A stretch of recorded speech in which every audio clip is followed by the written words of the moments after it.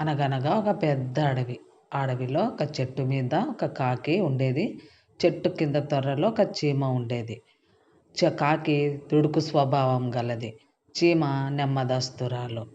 అవి ప్రతిరోజు వాటి వాటి ఆహారం కొరకు ప్రతిదినము బయటకు వెళ్ళి ఆహారం తెచ్చుకునేవి.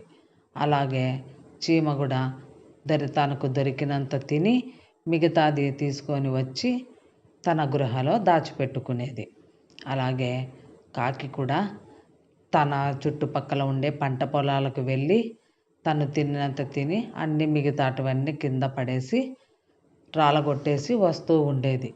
అప్పుడు ఆ పంట యజమాని దాని వెంట పడితే కాసేపు అక్కడ ఇక్కడ తిప్పి దాన్ని మళ్ళా తుర్రుమని పైకి ఎగిరిపోతూ నవ్వుకుంటూ ఉండేది. ఒకరోజు చీమకు ఒక పెద్ద ధాన్యం గింజ దొరికింది. అబ్బా, ఎంత పెద్ద ధాన్యం గింజ దొరికింది నాకు అని చెప్పేసి అది దానిని తీసుకొని తన ఇంటిలో పెట్టుకోవడానికి మొయ్యలేక తీసుకువెళ్తుంది. ఎందుకంటే తనకంటే అది చాలా బరువుగా ఉంది. దాన్ని నెమ్మదిగా తీసుకొని వెళ్తూ ఉండగా దానికి కాకి ఎదురయ్యింది.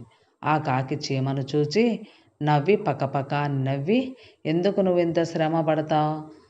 దొరికినంత కాడికి తిని సంతోషంగా ఉండకోకుండా తీసుకెళ్ళి దాచిపెట్టుకుంటున్నావు.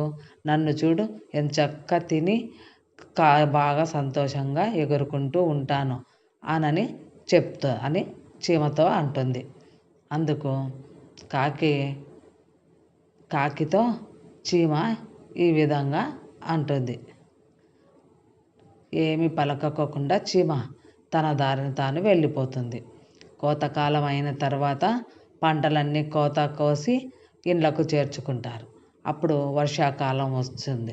వర్షాకాలం వచ్చినప్పుడు కాకి గూడంతా కింద పడిపోయి చెదిరిపోతుంది.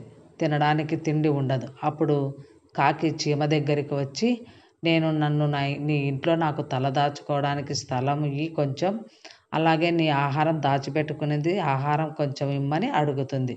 అందుకు చీమ నవ్వి నా దగ్గర లేదు అని చెప్పి వెళ్ళిపోతుంది.